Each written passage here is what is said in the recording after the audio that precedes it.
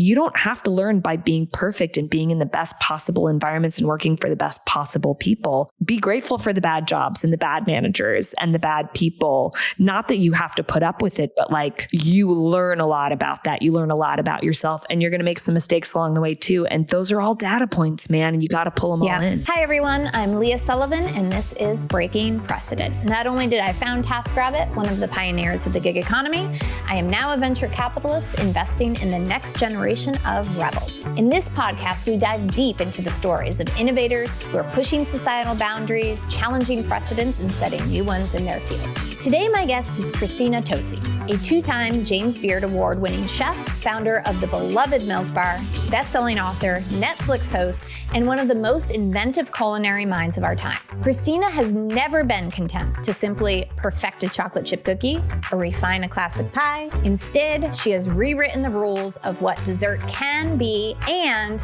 in the process, she's changed how we think about bakeries altogether. From cereal milk soft serve to the Compost cookie to reimagined birthday cakes, which is my personal favorite, and a neon pink storefront, Christina has built a culture around joy, creativity, and nostalgia with a twist. Christina Tosi didn't just bake better cookies. She cracked open a whole new conversation about what a bakery could be, what it could mean, and she invited all of us to play, to create, and connect through dessert.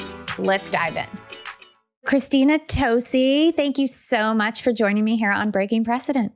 I mean, Leah, you're an icon and someone I deeply am grateful for what you've created and built that has made my life better. And you're someone I look up to just as like a business builder that did it and that continues to do it on her own terms with like joy and passion and a twinkle in your eye. You're never too old to need a mentor, and you're never too young to be mentored. And you model so many great things in life. And I'm super grateful to have you as a friend and in my life. So girl, You're very I'm sweet. cannonballed. I'm here, babe. The feeling is mutual.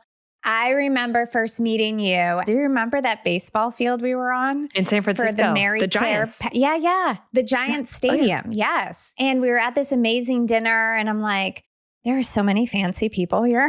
Like, what am I doing here? This is crazy. And you were there. There were so many people there. I was like, I'm wearing overalls and way out of my league. But I do feel at home in a baseball stadium. It was beautiful long tables. It was. At Giant Stadium, where I was like, does anyone else watch sports? I do. Like, I will talk shop all day. But it was a surprise. We didn't even know where we were going to be, which was brilliant. We did not even know where we were going or what we were doing. And it was so much fun. And we connected there. I think it was like after dinner, I saw you walking away and you were wearing your really cool Milk Bar jean jacket. I remember that. I'm like, oh my God. That's my security blanket. She's so cool. You're so funny. So sense. Are you ready for this? I'm an introvert, like a deep introvert. Same. Yeah. Events like that terrify me. And yet I think the one thing in building business that I've learned is I'm actually at my best when I force myself to be uncomfortable. That makes sense in the business part of things, but I find in social situations, I've really had to learn to push myself. And so I was like sneaking out because I was like, I'm not supposed to be here. I'm not dressed for this occasion. You were sneaking out and I was like, I'm not supposed to be here. This is terrifying. I got to get out of here. And yet that's when you meet the people that your destiny is impossible to miss by definition of it being your destiny. So I know. It's so cool. Well, we do have a lot in common. We're both introverts for sure. And I feel the same way. It's like after an event like that, I have to like go home and like fetal position in my bed for like 4 hours just to recover. I'm not kidding. And my husband's the complete opposite. He could like social butterfly be out there forever. It's like exhausting to me. But it is really fun. And I have learned to cope. So yes, we're both introverts. We're both Scorpios as well. So we have that Scorpio vibe. Yes. Birthdays are coming up. Just like I'm strong. I got it. Get out of my way. We're both math majors, which we're going to get into. I know. And we both started our companies in the Great Recession, 2008. What were we thinking, right? So worst time / best time to start a company. I know, 100%. And don't we know it? So opening icebreaker is... We both launched our companies in the middle of this financial crisis. You in the bakery in the kitchen, me in Silicon Valley, two very different chaoses, right? So if we Yes. swap jobs for a day back then, what do you think you would have loved about being in Silicon Valley, if anything? And what are the places in your kitchen you think I may have survived, like by the skin of my teeth, like barely at all? Oh, girl. Places that I would have been in your Yes. shoes, which I've never asked you this question, but in my brain, I'd be like, I'm going to take all the jobs. Like, I'm going to build the platform, but like the team would have to be like, Christina, you can't be the TaskRabbit. Like you would that's run all the jobs, all the tasks. I freaking love a task. Oh, you want me to put together IKEA furniture? Boom. Yes. I will just go deep Oh my down the God. rabbit hole. Okay. That would be it. Like in a beautiful way and in a way that everyone would need to be like, we know you're really passionate about this, but we actually need your leadership over here. You would and then I have think for you, modeled, girl, though, the behavior. Yeah. I would have modeled. I would have been like, I want to train every TaskRabbit myself. We're going to do tasks together before you're allowed on the platform. And then for you, girl, it's simple. We do between a 60-minute and a 90-minute tasting, usually once a week.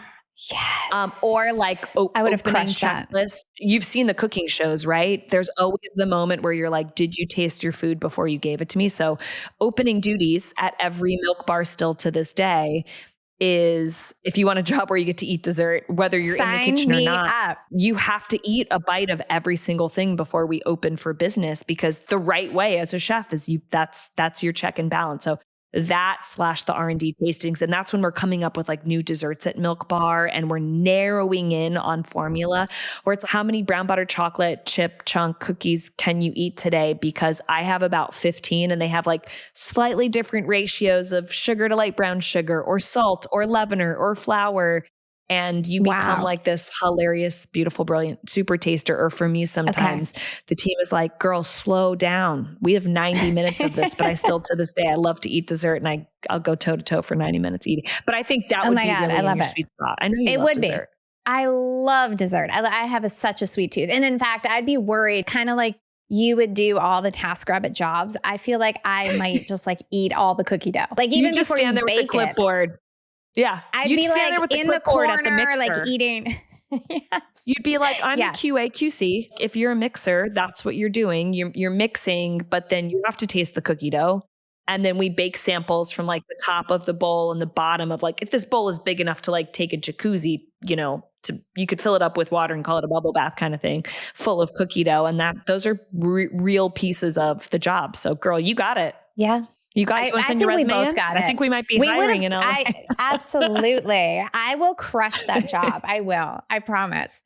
So we both started in such chaos. We both created things that didn't exist yet. And I really want to understand your path to these breakthroughs. But before we do, I want to start with little Christina as a kid in Ohio. And you learning how to bake cookies in the kitchen with your grandmas. Can you tell us a little bit about your early childhood? So from Ohio, born and raised, great guys in the family, but the matriarchs held more, the traditional matriarch roles at that time. And I was raised largely by my grandmothers on both sides, my mom, my aunts. By the way, Leah, all the women in my family, they're all Scorpio. So really like strong, fierce women, really like leaders to be reckoned with. My mom was a working mom. She's an accountant. So January through April 15th, every single year, my entire life, like full on grandma camp. And grandmas, man, first of all, I thought my grandmas were my best friends my whole life. I felt so bonded to them. I was certain.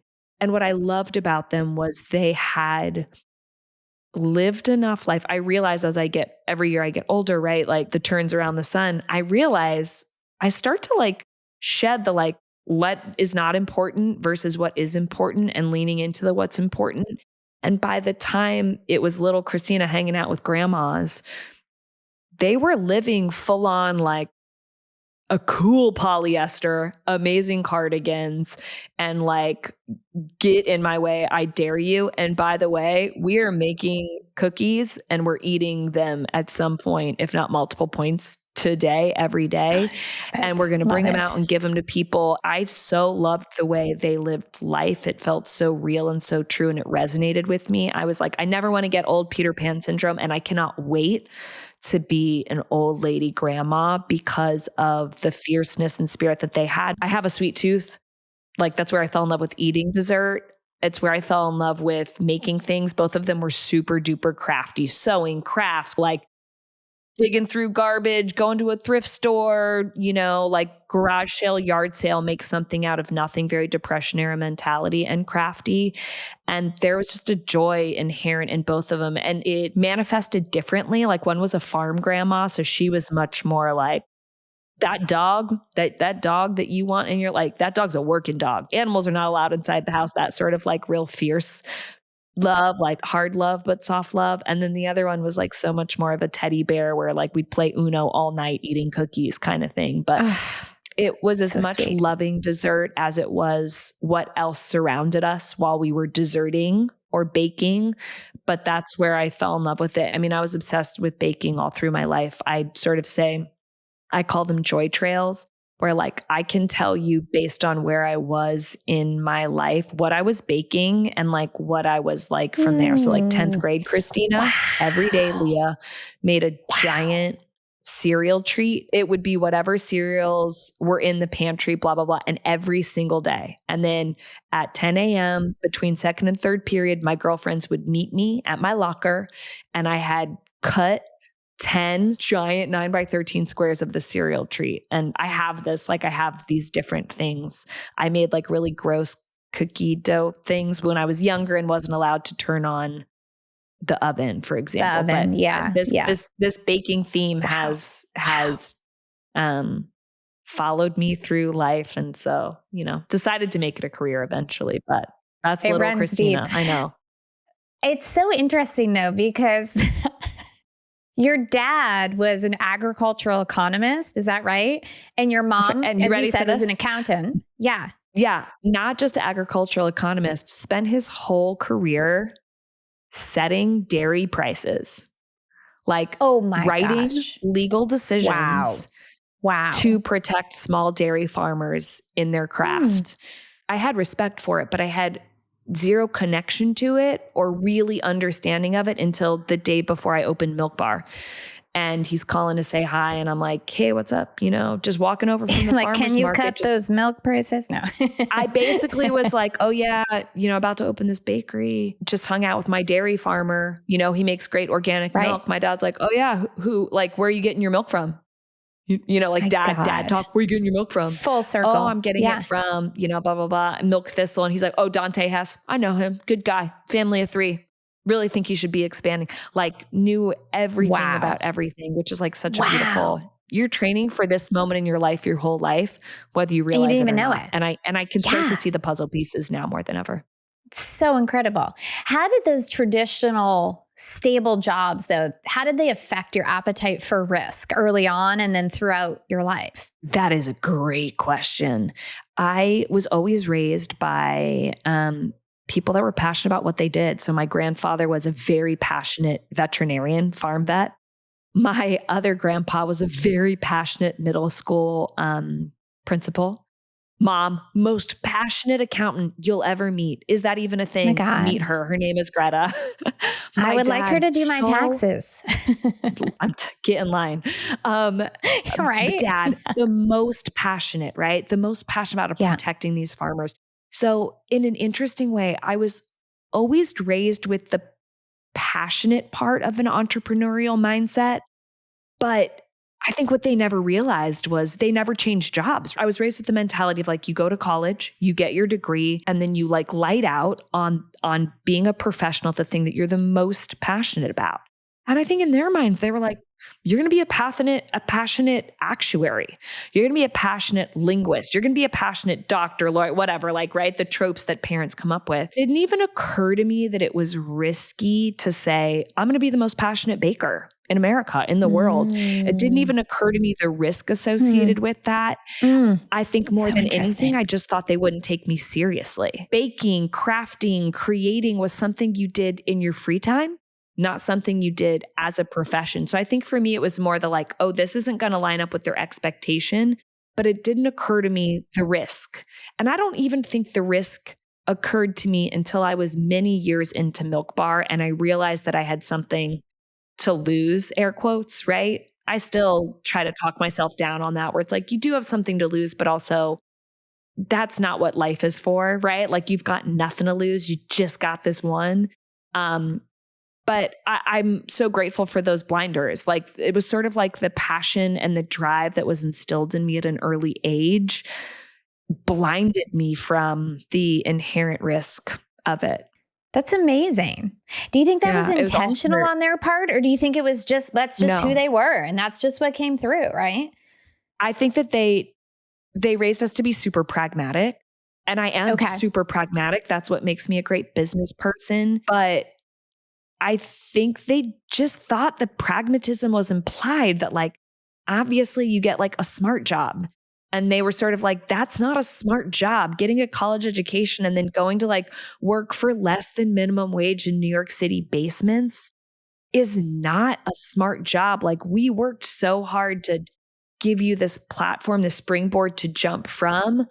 Why are you walking off it and walking down the road sort of thing? But I also know that I credit all of my success to that passion. Like if you don't, the thing that's most important to model, that was most important in my upbringing modeling was the drive and the intersection of drive and passion. It was nothing about appetite for risk. I think that was the most important modeling that they brought, honestly. It's incredible. And that's all there is to it, yeah.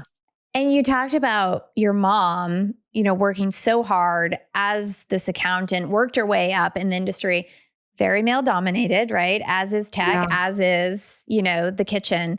How did seeing her excel and continue to grow in her career, how did that impact you as a kid? And then, maybe in your career choices as well? It's such a great question. I mean, my mom, to your point, like she was trying to crush in a male dominated industry, accounting, at least where we were, Ohio and then Virginia. I mean, so much of it was this beautiful silent modeling. So much of it was her going to work. She always had short hair. She always had a dude haircut. She was always dressed in like women's clothing, but like dude size women clothing, right? I remember watching her just hiding her, tiny body under these big shoulder pads. And I don't mean like 80s fashion. I mean like it's a tweed blazer oversized, right? Like shoulder pad. And yet I watched her sort of Trojan horse herself, right? Of like, I'm going to go in, I'm going to look like them. I'm going to talk like them. I'm going to dress like them. I'm going to know everything that they know. And she taught me the art of the sweat down. She taught me the art of like the relentless, I'm going to do all those things. They aren't even going to know they let me in by the time they let me in. And then I am going to break them down one at a time with my like joyful optimism and insane care and passion. And I will turn them. And I will let them know I'm in business. And I mean, she became managing partner. Yeah. She was tapped to grow and run this crazy accounting firm. And there were never words exchanged about it. It was this quiet, beautiful, strong, silent modeling where I think about myself in the early days in the kitchen, only girl in the kitchen. You wear the uniform of a kitchen. That's like a food safety thing. So do you think anyone's asking me what size checkered pants I wear or what size chef coat? Like their extra small is still, you would be swimming in it, girl. Like taking plastic wrap just to cinch the smallest, which is a giant waist of a man pants. And just kind of hiding myself under the uniform and being like, it's in the work that I do. It's keeping my head down. It's showing up every day.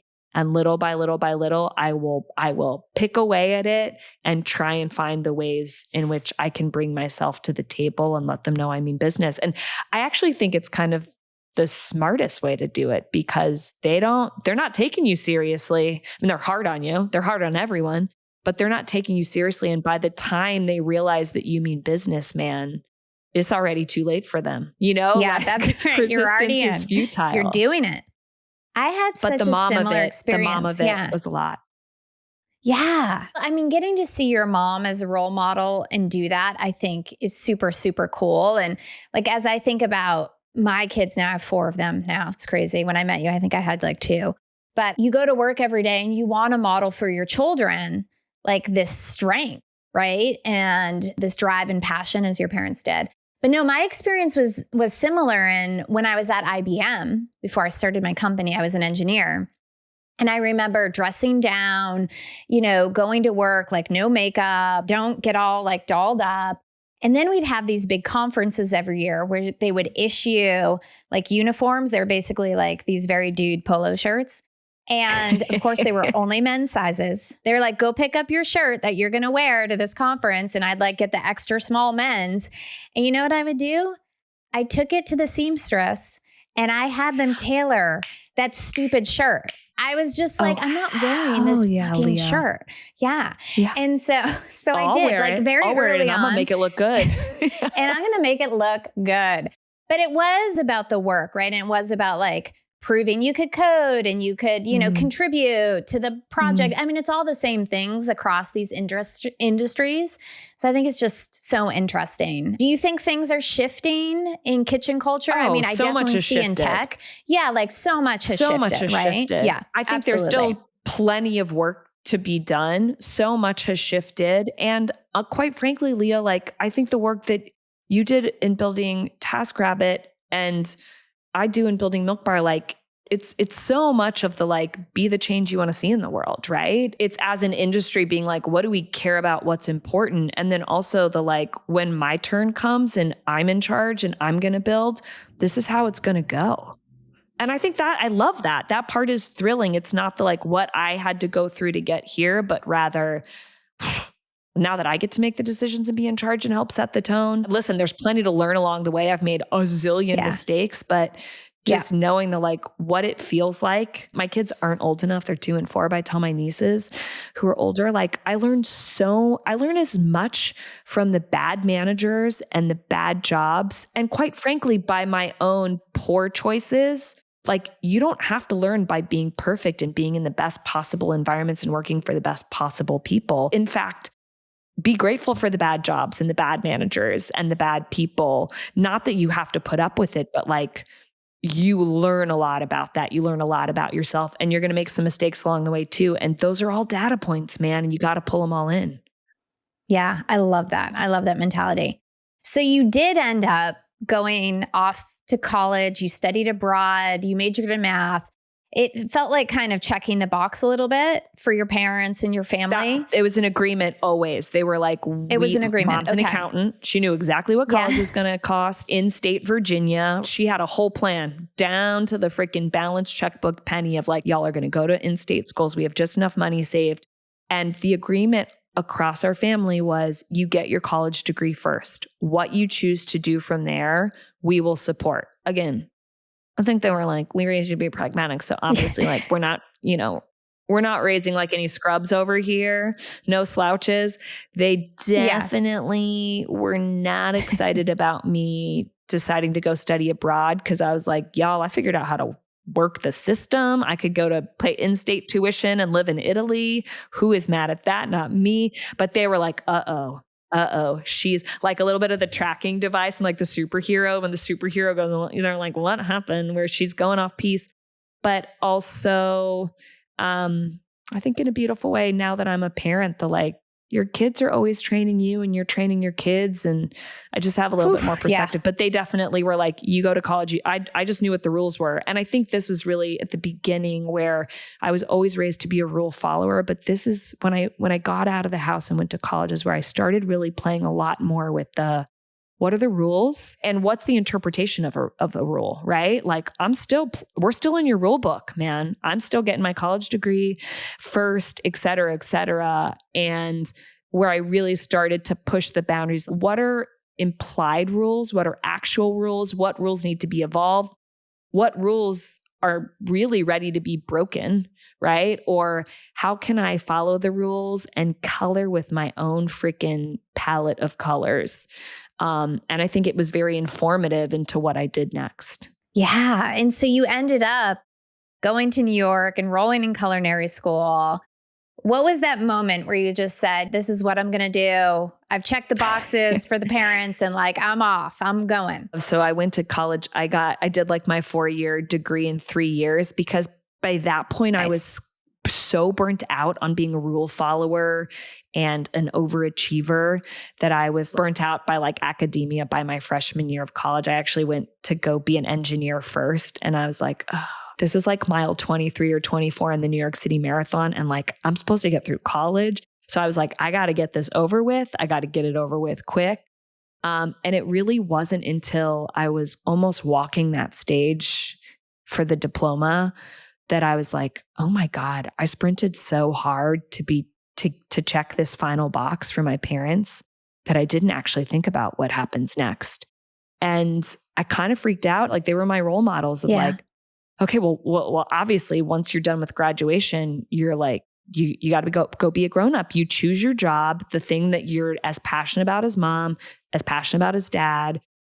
And that's what you do. And then you're going to do that your whole life, the rest of your life, forever and ever and ever. And in a beautiful way, that freak out, but also that's the simplicity that they modeled was like, okay, well, if it's not, go put the math degree to use or put the Italian degree to use. Like, what is it that you're going to be every day for the rest of your life? The way that you saw these people wake up passionately and be stand up every day without faltering people. I was like, well, I could bake cookies every day. That would make me so happy. And it was the only data point I had. And I didn't think about whether anyone would take me seriously or not. It was just this little tiny fire in my belly that I was like, oh, well, that's my answer. It's so simple. I do have an answer. It's that.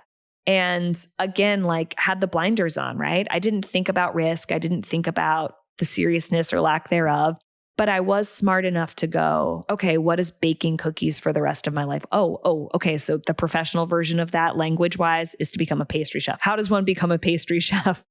Oh, you go to culinary school and you get a piece of paper that says, here, ma'am, you're a pastry chef.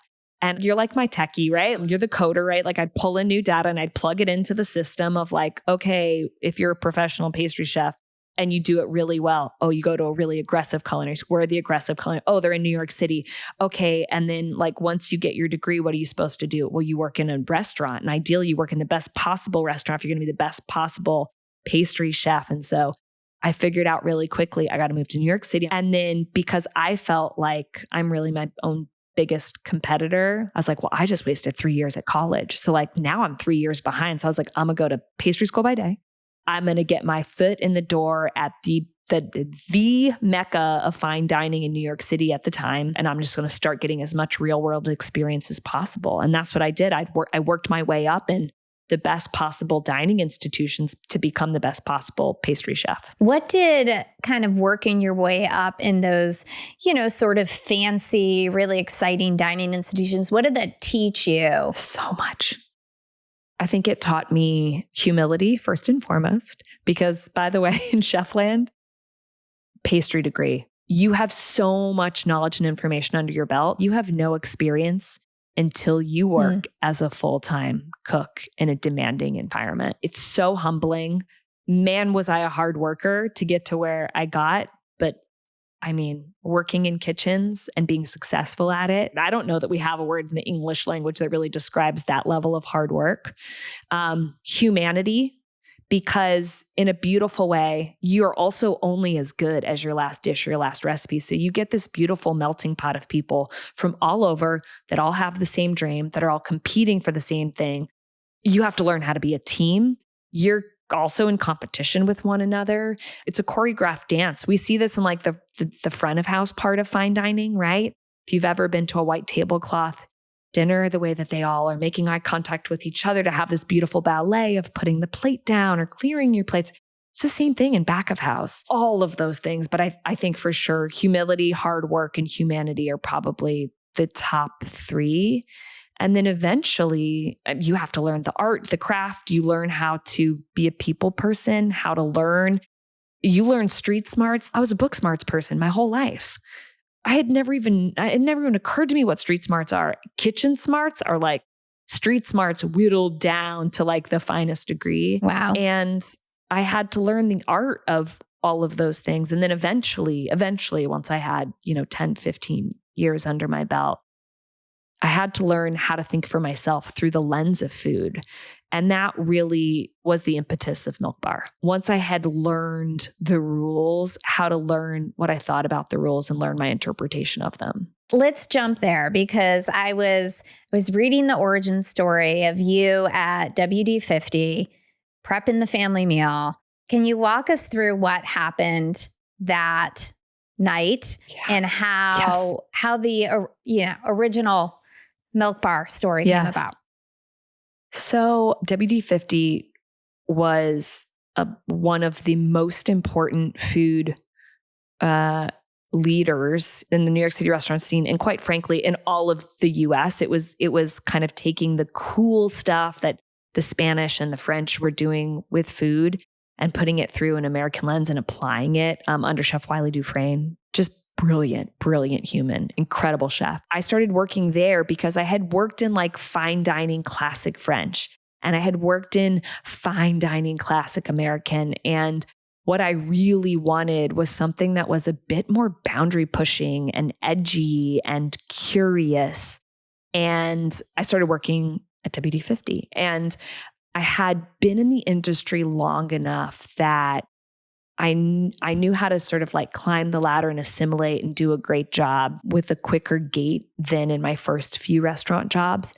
And I decided to start this tradition. This is a tradition in almost every restaurant on the savory side. The savory cooks come in, and one of their first tasks is to make a meal for their teammates, their coworkers, the entire staff of the restaurant.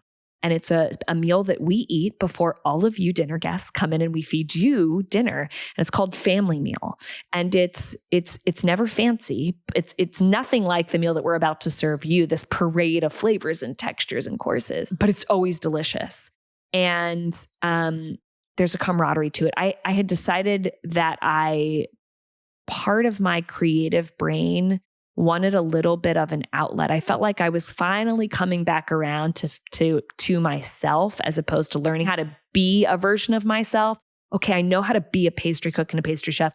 Now just coming back to like who I am.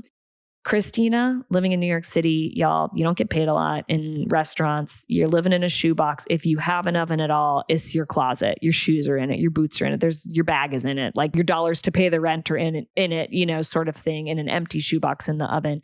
And I just decided it would both kind of be my own like recentering, connecting with my grandma's therapy, and also just something I did for my coworkers. So I would come in every morning and make family meal desserts before I clocked in to do my normal pastry prep for service. And it was going well. I'd bake an awesome batch of cookies, some brownies, whatever. They'd have a little bit of like wink, wink, but like just really good baked goods. Have you ever read Kitchen Confidential, Anthony Bourdain? It's such a good book. I haven't. It's like a classic. If you haven't, it's like a walk, don't run, whether you're an audio book or a reader. But he talks about how this like dirty secret of restaurants is that we don't get deliveries on Sundays of ingredients because the purveyors everyone needs a day off. And so I come in on a Sunday, and I go to open the fridge, and there's like eggs and milk and cream. There's nothing. There's no fruit. There's no cool purees. There's nothing from which to be inspired by to make a family meal. Yeah. Okay, cool. Go to dry storage, but there's flour, there's oats, there's nothing. There's not even chocolate, Leah. There's no cocoa powder, and we're not getting a delivery. There's no point of inspiration. I guess I'm not baking. And I kind of just started to feel sorry for myself, had a few minutes before I clocked in. So I just started reading a cookbook. That's like what cooks do in their free time to like better themselves. And I reached for the Joy of Cooking classic Americana cookbook. Classic. And I just start reading about pie. Reading. I get to this pie. It's called chess pie. It's the pie you make down south when you don't have enough rhubarb to make rhubarb pie or pecans to make pecan pie. You make just pie, or like just pie. Like you get where the Southern draw makes just pie, chess pie. It's the nothing pie. And I thought to myself, oh my God, that's me right now. Like this is literally me. So I'm going to make this, only it's kind of like buttermilk based. And I was like, I just want mine to be like gooey and buttery and delicious vanilla. And so I throw some ingredients together, put it in the oven. I run out of time because I spent so much time feeling sorry for myself. Pull the pie out. I'm like, tapping out at the way you do a pie to make sure it's baked. It's not. It's very jiggly in the middle. Pop it in the freezer. I'm like, oh God, please just be salvageable to some extent. Family meal time. Go put the pie up at the end. of like the serving buffet. And I'm like, I am going to be the laughing stock. I go like get my plate of savory food, introvert, goes and like hides in a corner. And all of a sudden And I you hear do this not like taste it in advance. I don't taste it because it's a you pie. Don't. You it's just like put the it, one tricky thing. you can't. The one tricky thing about pie is like we now at Milk Bar, we sacrifice a pie, a whole pie, which feels so wasteful, or like a cake, you sacrifice a whole cake. But I didn't. You're so right. Like of all of the like things you tell people on these shows and stuff like that is like you taste your product. I mean, I tasted the batter. Yeah. I knew that was like, ooh, this is buttery and gooey and good. But the bake time on it, I had no clue. And all of a sudden I hear like these voices at the end where I left the dessert getting louder. And at this point, these guys are like my brothers, right? And I'm like, oh my God, they're going to give me so much shit for this, like, but to your point, like I tasted the batter enough to be like, whatever, it's just going to be it's soup pie. In my head, I was like, it's soup pie. And all of a sudden it'll I hear be them a being funny like, joke. Yeah. I keep going back to it. I want to get away from it. I can't, I keep going. It's like, I'm obsessed. I'm addicted. It's crack. It's like crack pie. And this pie from that moment on had its name. And it was this underground thing that I always baked on Sundays at WD-50. And it's this recipe that I carried in my back pocket. And it was kind of just like these joy trails of like things that I baked when I was a pastry. I baked this gooey underbaked pie. I was a pastry cook on an island off the coast of New Hampshire, and we wouldn't get deliveries when bad storms came in. So I'd make this cookie called the Compost cookie, and it had whatever we had in the pantry in it. And so I had all these recipes collected that were simple. They were cookies, cakes, pies, and ice cream recipes. They weren't fancy fine dining recipes. But to your point, when I left WD-50, I decided that being this fancy fine dining pastry chef wasn't right for me. Like I had climbed to the top and yet again was like, it's time for me to leave. And I had to really ask myself, like, why? Why wouldn't you stay to make that final jump? And I think what I found in my answer was because making the simple baked goods of my childhood, like seeing the joy on these dudes' faces. By the way, they had access to every flavor and ingredient you could imagine working at this restaurant, that this nothing pie is what moved them. I was like, there's something to that. I looked around and said, there are these kind of like retro bakeries where you can get cupcakes and chocolate cake and vanilla frosting. And then there's these beautiful fine dining institution plated desserts, and there's nothing in between. And I actually believe that there's a lot in between. It's got to be the same for you. When you look out, when you see something that must exist in the world and it doesn't exist, what do? Yes. You build it. You do it. Yeah, you build it. No, I love this story so much about the crack pie because it just feels so core to who you are. And it's like turning this accident into this iconic thing and so creative. And as you said, like so many of your recipes have come from having constraints and improvising. Like how much do you think that constraint and that improvisation is key to unlocking for you what you did with Milk Bar? Leah, I have to say that is, I'd say, one of my greatest creative flexes. One, I think that most people don't think about creativity as a practice. And it is. We know this to be true if we like want to be great at meditation, right? Like we practice it. It's a practice. You do it every day. Oh my God, I want to be a great soccer player, a great football player, a great basketball player, a great runner. I want to run this marathon. So I got to put in the reps if I want to be good at it.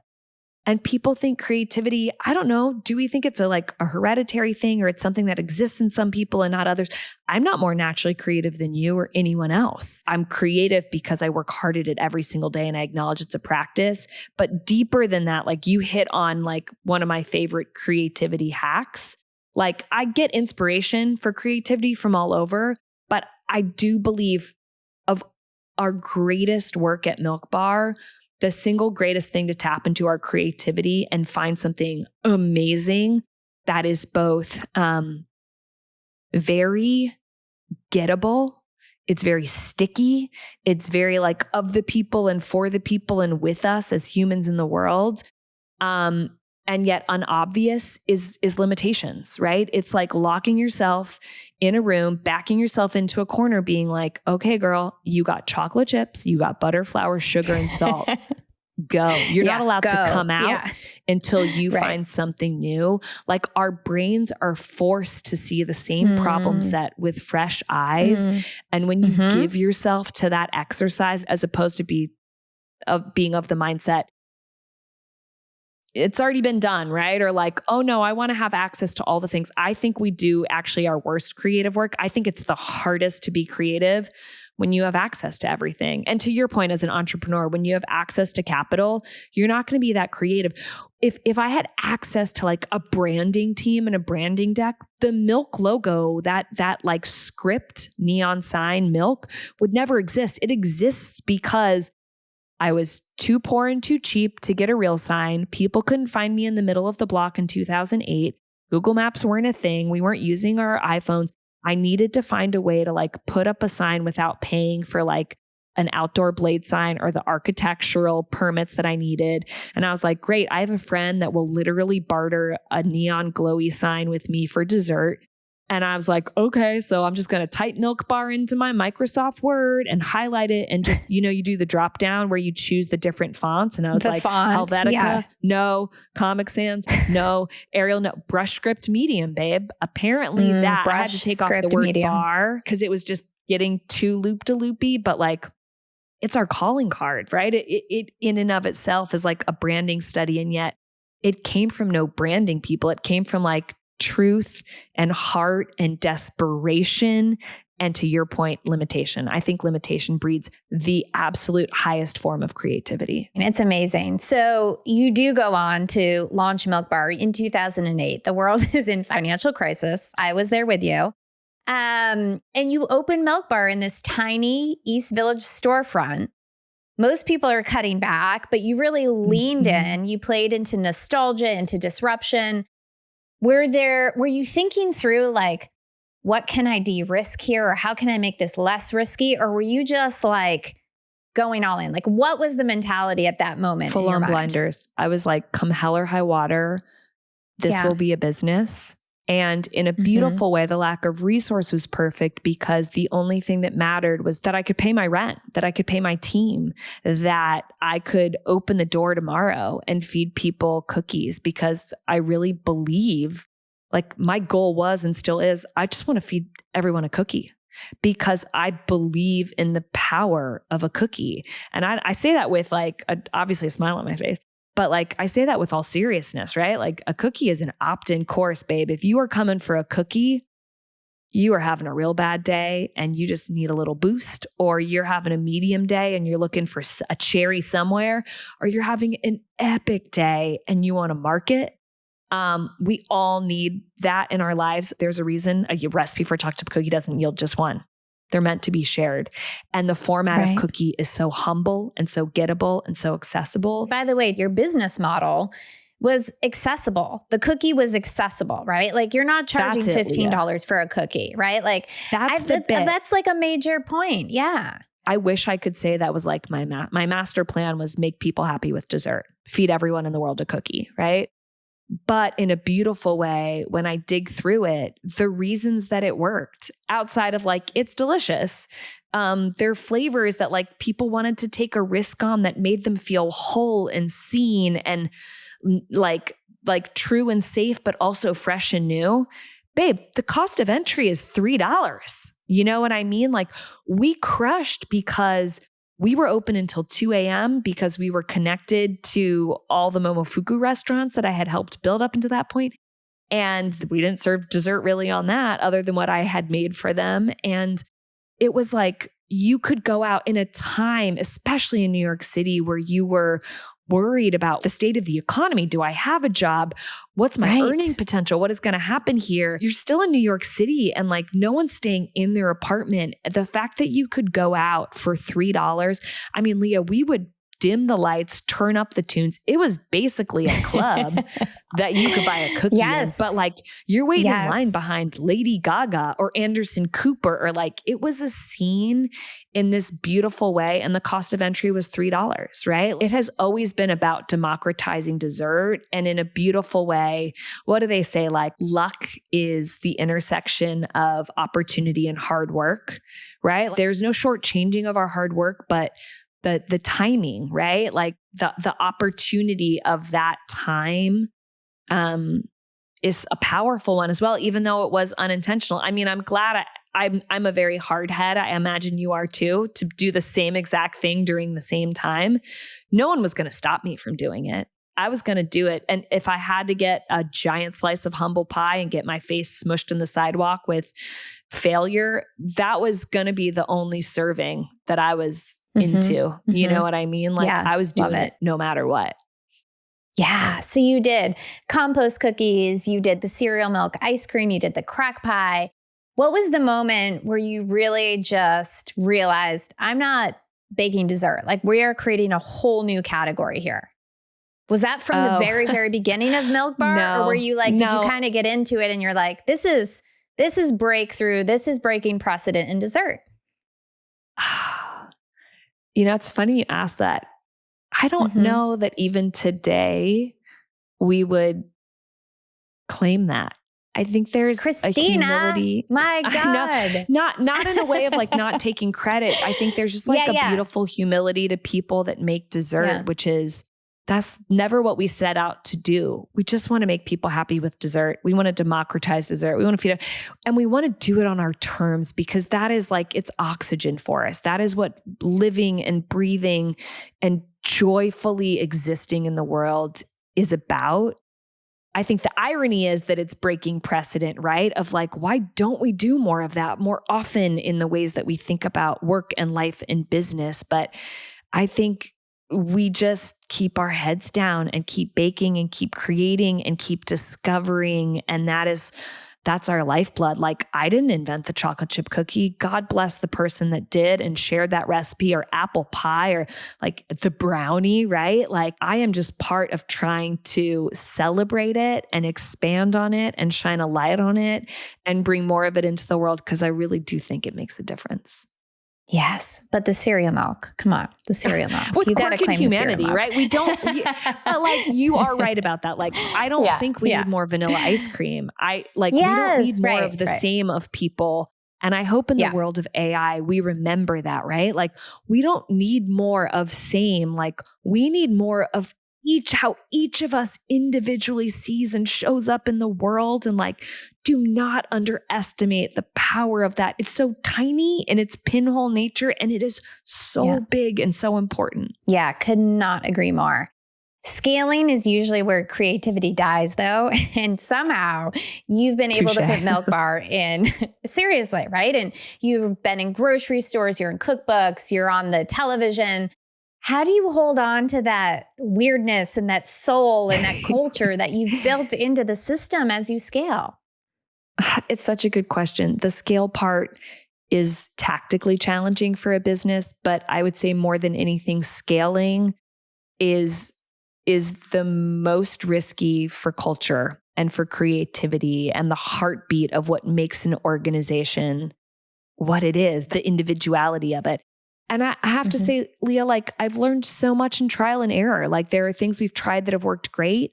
And then there are other things we've tried that haven't worked as well in a beautiful way. Because Milk Bar, we have our bakeries all across the country, right? East Coast, West Coast, New York, LA, DC, Chicago, Las Vegas. That is where people love to take risks. When we do our like air quotes weirdest stuff, or like our most creative boundary pushing stuff, it works the best in bakery, because when we decide to leave our homes or go on the app platform or whatever it is for on-demand delivery, that's where we right now as consumers take the biggest curiosity, flavor profile, texture, format risks. In care package, which is our DTC business, people are curious and they like to take risks, but because part of it's gifting and part of it's for themselves or for sharing, there's like a medium risk there, curiosity. In grocery, which I find fascinating, is where we take the least risk. That's like where we're looking for the safety of like a chocolate chip cookie. Maybe you can put some cornflakes in it. Or like, yes, I really want to make like cereal milk creamer, right? Like for your coffee. Wow. Like you can that'd take be risks, so good. but like the idea of a compost cookie in grocery doesn't quite do the same thing as so interesting going into Milk Bar and getting a compost cookie. And I think that will change because the world of food, we're so much more curious and passionate about food now than ever. But what's interesting to me about it is then you get to be creative. For the longest time, we've been creative in flavor formats, right? Like Milk Bar is a quirky American style bakery. We make cookies, cakes, pies, and ice cream and some other stuff is what I like to say, because I like to leave the door of creativity open. But where we get creative in flavor and texture in bakery, we get more creative in format in grocery, right? Of like, how do we evolve the classic nostalgia, but do it in a way from a format standpoint is more creative. A packaging format is more creative in grocery. And that for all of us at Milk Bar is really fun because we get to stretch our creativity beyond flavor and flavor story. And if you have a great idea at Milk Bar, the most fun part is you get to go, great, what is it and where does it live, right? Because we know so much about our customer there. But you are right. The hardest part of scaling is how do you hold on to creativity? And I struggle with that every single day because we're super creative. And yet I'm always like, we're barely scratching the surface. We're just getting started. How do I keep bringing limitations in so that we get more creative? How do I make sure that creativity truly is a practice every day? And it's everything from like, if you work at a bakery, girl, you better have some ideas on what our next soft serve flavor should be. And I hope it's wild and wacky. And I hope you're chatting up our customers. And if you work in CX, if you're on our ops team, I mean, when we're coming up with menu or in this sort of 90-minute dessert tasting I was telling you about, everyone's invited because I want everyone's palate. I want everyone's feedback. I want everyone's crazy dream idea. And just how do we get creative, not just about what we're putting on the menu, but how we run the business, how we show up in people's lives. And I think that that is a muscle that for me is more like, are we putting in enough reps every single day as a business? Are we playing it too safe? I mean, we're not in a dissimilar place to what 2008 was through a new lens, right? Is the sort of balance of like when you build enough and there is more to lose, air quotes, and you know what risk is now. This whole time I had no clue. It never even occurred to me the risk, or I was so comfortable making it. Now it's like we're taking risks on behalf of hundreds of people whose benefits, whose health insurance and dental and 401k and livelihood depends on it, and they're counting on us. And, there's more to risk, but also there's a lot more people to affect in a really like joyful, pure way. So it's imperfect, but those are just some of my flexes. I love that. You talked about nostalgia, and I see you building from nostalgia, the flavors, the memories, right? The comfort of what people understand. And it makes me wonder if you think that real change happens when you meet people where they are, and then you kind of quietly move the boundaries without them maybe even realizing it or getting uncomfortable. Like, is that a strategy? 100%. I think you cannot make a connection with someone without meeting them where they are. I mean, this is kind of the wholeness of like Milk Bar in and of itself is a Trojan horse, right? It's a cookie, it's a cake, it's pie. We all know. If you're in America, you know what those things are. And they're safe and they're easy and you know what they are. And you're like, yeah, I'm in the mood for a cookie. And then you can peel back a little bit of that layer, right? Of having someone that's not really here to take a risk. They're taking a little bit of risk and they don't even know it, right? And they're taking it because it feels safe, because it's dessert and.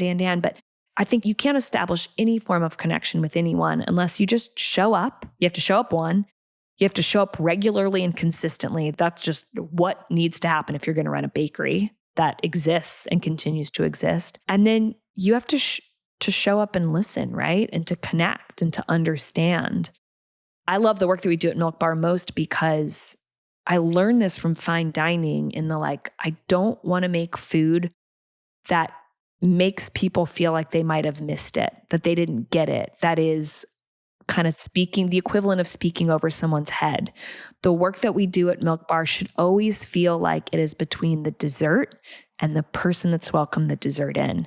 And there should need no conversation beyond that. It is, do you get it? Does it make you feel whole and seen and you and of a time? Does it make you feel new and free and spirited and adventurous? Does it move you? And I think to understand how to move someone, it is showing up and being there for the connection. But that my perspective is actually like, if it were up to me, aside from like maybe a label that says what it's called, we do eat with our eyes first, just in general as people. Okay. So like you kind of need to know a little bit of what it is, but like ideally, like there's no salesmanship to it at all because it is again an opt-in. And there doesn't need to be words to explain what Milk Bar pie is other than like, it's a dense, gooey, underbaked pie. Do you want a slice? The connection should happen with the person in the person when they're eating the dessert, because that's what great dessert does. I love that. So looking ahead, what rules of dessert or food culture do you feel like are ripe for breaking right now? Where are you seeing some white space? Yeah, I want to hear it. Give me all the details. There's so much white space. I think we're still barely scratching the surface in terms of flavors and flavor combinations. I think part of that is because, listen, we're in a time where world existence, economy are uncertain. And so it makes a lot of sense that we want to go to places and flavors that feel warm and cozy and safe, which is great. And like our taste buds are ripe to be, tickled and turned up and twisted in really fun, magical, twisty, topsy-turvy roller coaster ways. So we should keep taking risks and trying new things. I think texture is ripe for innovation. I think there's so much texture between like crispy, crunchy, and dense, fudgy, gooey, and just kind of soft plush. I think format, think about what's happened in the world of croissant in like the last 2 or 3 years. How many beautiful pastries you get visually now more than ever, looking at the same layers of flour and butter, right? So format is really exciting to me. I think we're barely scratching the surface of what beautiful dessert is and breaking that down. If you don't even eat dessert and you just watch dessert evolve on social media, the beauty and majesty and magnificence of dessert is really evolving in a beautiful, wonderful, sometimes weird, always gorgeous way. And I think the other thing that's ripe, and I'm so curious how it will go, is how dessert can be both dessert and have 20 grams of protein in it, but not in a way that makes it feel I was gross. Wondering if you were going to say not protein. In a way that, here's the thing. People were not as interested in food or dessert as now. They are super interested now, far greater than people ever were a year or two ago. They sort of like chemist, food scientist in bakers, whether it is gluten-free, whether it is vegan, whether there's a functionality to it besides joy. I want to say though, like if you could get 20 grams of happy, I'm going to start putting this on packages. Right? Like packed with 30 grams of joy would be really funny. I'm actually like, I got to make a note of that. But also I've just been playing around with that stuff because once I started having more people in my life that ate certain ways, I realized they were opting out of dessert either because they had to or because of a choice. And I thought, like, that's not okay with me. I'm not doing my job well, or we as an industry aren't doing our job well. And I don't mean like for the sale of it, right? I don't mean to like get slotted into grocery to blah, blah, blah. I mean for old school love of the game art of dessert can be all those things, not because it's trying to be everything to everyone, but because it's absolutely not okay that someone opts out of dessert with a compelling because that we can and should solve. And so I geek out on all the stuff that we're making in flavor and texture and format and all the things we've talked about. And I've also equal parts been spending so much time in those other spaces and been finding like just incredible tasty unlocks that I'm super proud of. I'm just trying to figure out how to do that in a world that is really hip on like branding and functionality, and how to do that in a way where it's still Milk Bar first and foremost. I love that. Girl, I had my first protein latte at Starbucks the other day. What flavor did you get? The vanilla. I'm very much like walk in, like whatever is the special I'm getting. I'm like, protein in my latte? Okay, great. I'm dying to try the banana. I'm like, ooh, banana. I mean, if it grows together, it goes together. Banana and coffee. Yeah. That's going to be my next stop. Ooh, I love that. I love that. Well, Christina Tosi, this has been so amazing. You are such a joy. You bring joy to everything you do, all the conversations you have. They're in all of your cookies as well. You're such an inspiration, and I'm so grateful to know you and count you as a friend. So thank you for being here. That was Christina Tosi, a woman who didn't just open a bakery, but flipped the whole idea of dessert on its head. She showed us that joy isn't frivolous, it's fuel, that a little discomfort can spark whole new categories of creativity, and that destiny really is impossible to miss if you're bold enough to follow it. If you've got a wild idea that feels too quirky, too risky, too offbeat, or maybe even too fun to ever work, take a page out of Christina's playbook. It might just be the thing that the world didn't know it needed. If you know someone who's rewriting the rules in their own industry, I want to hear their story. You can drop me a note at my website, breakingprecedent.com. I'm Leah Solivan.